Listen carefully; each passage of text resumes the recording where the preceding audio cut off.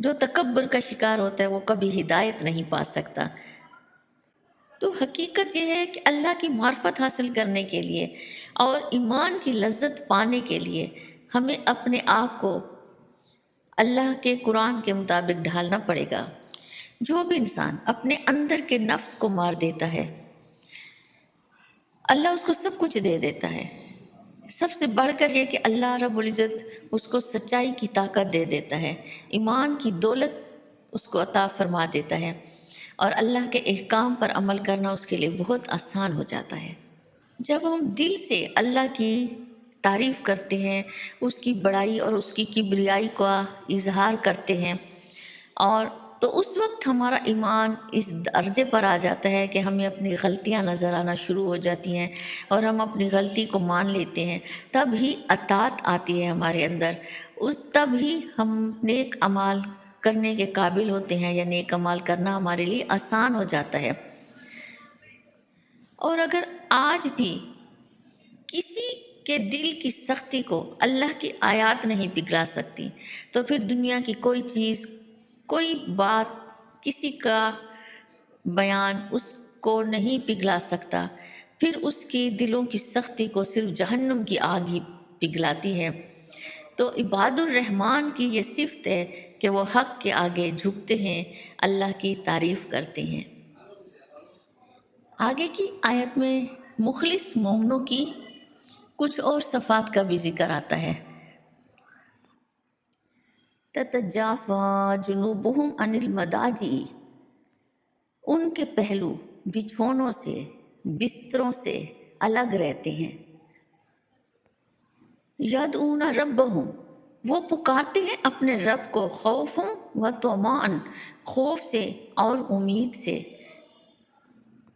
تو پتہ چلا کہ ایسے مومن جو اللہ کی ناراضگی سے ڈرتے ہیں، اس کے عذاب سے ڈرتے ہیں، تو وہ راتوں کو اپنے بستروں پر سکون سے سو نہیں سکتے، بلکہ وہ بستروں سے اٹھ کر نیند کی قربانی دے کر اللہ کا ذکر کرتے ہیں، دعاؤں میں مشغول ہو جاتے ہیں۔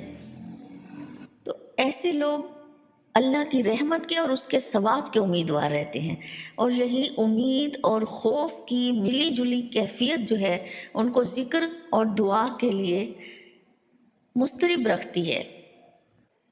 سوال پیدا ہوتا ہے کہ ایمان کیا ہے؟ تو ایمان خوف اور امید کے بیچ کی چیز ہے، اور دوسری ان کے میں کیا خصوصیت ہوتی ہے؟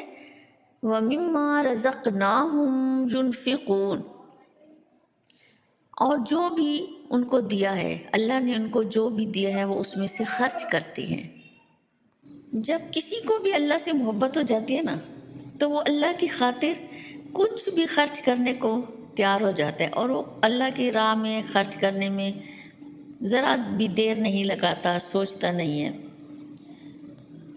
تو پتہ چلا کہ محبت دو چیزوں کی قربانی مانگتی ہے، ایک نیند اور دوسرا مال، پیسہ، کچھ بھی جو اللہ نے دیا ہوا ہے۔ تو اللہ کی اطاعت کرنے والے یہ دونوں چیزیں قربان کر دیتے ہیں۔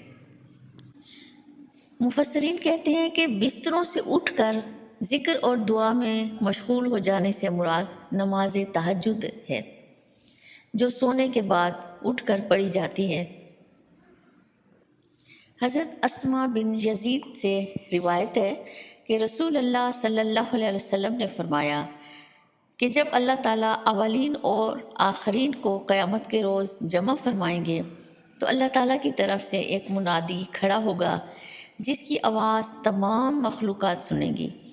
وہ آواز لگائے گا کہ اہل محشر، آج جان لیں کہ اللہ کے نزدیک کون لوگ عزت و اکرام کے مستحق ہیں۔ پھر وہ فرشتہ ندا دے گا کہ اہل محشر میں وہ لوگ کھڑے ہوں جن کی یہ صفت تھی، تتجافی جنوبہم عن المضاجع، یعنی ان کے پہلو بستروں سے الگ ہو جاتے تھے۔ اس آواز پر یہ لوگ کھڑے ہوں گے جن کی تعداد بہت تھوڑی ہوگی۔ اور اسی روایت کے بعض الفاظ میں یہ بھی آتا ہے کہ یہ لوگ بغیر حساب کے جنت میں بھیج دیے جائیں گے، اور اس کے بعد اور تمام لوگ کھڑے ہوں گے، ان سے حساب لیا جائے گا۔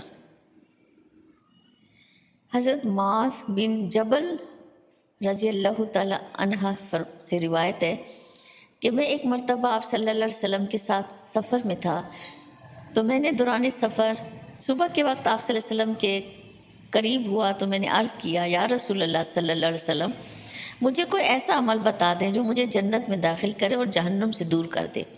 تو آپ صلی اللہ علیہ وسلم نے فرمایا کہ تم نے ایک بڑی چیز کا سوال کیا ہے، مگر جس کے لیے اللہ تعالیٰ آسان کر دے وہ اس کو آسانی سے ادا کرتے ہیں، اور فرمایا کہ وہ عمل یہ ہے کہ اللہ کی عبادت کرو اور اس کے ساتھ کسی کو شریک نہ کرو، نماز قائم کرو اور زکوٰۃ ادا کرو، اور رمضان کے روزے رکھو اور بیت اللہ کا حج کرو۔ پھر فرمایا کہ لو اب میں تمہیں خیر یعنی نیکی کے ابواب بھی بتلا دیتا ہوں، اور وہ یہ ہے کہ روزہ ڈھال ہے جو عذاب سے بچاتا ہے، اور صدقہ آدمی کے گناہوں کی آگ بجھا دیتا ہے، اسی طرح آدمی کی نماز درمیان شب یعنی تہجد کی نماز۔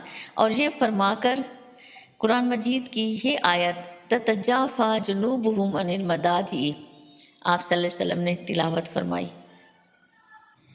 تو پتہ چلا کہ اہل ایمان اللہ کی رضامندی حاصل کرنے کے لیے اپنی نیند بھی قربان کر دیتے ہیں، اور اس کے علاوہ جو بھی اللہ نے ان کو علم دیا ہے، رزق دیا ہے، جو بھی ان کے پاس ہے، وہ اللہ کی خوشنودی پانے کے لیے بڑی خوشی خوشی اس کو قربان کر دیتے ہیں، کہ ان کو پتہ ہے کہ اس کا ہمیں بہتر سے بہترین اجر ملنے والا ہے، اور وہ اجر ہمیشہ قائم و دائم رہے گا۔ وآخر دعوانا ان الحمد للہ رب العالمین۔ سبحانک اللہم و بحمدک اشہد ان لا الہ الا انت استغفرک و اتوب الیک۔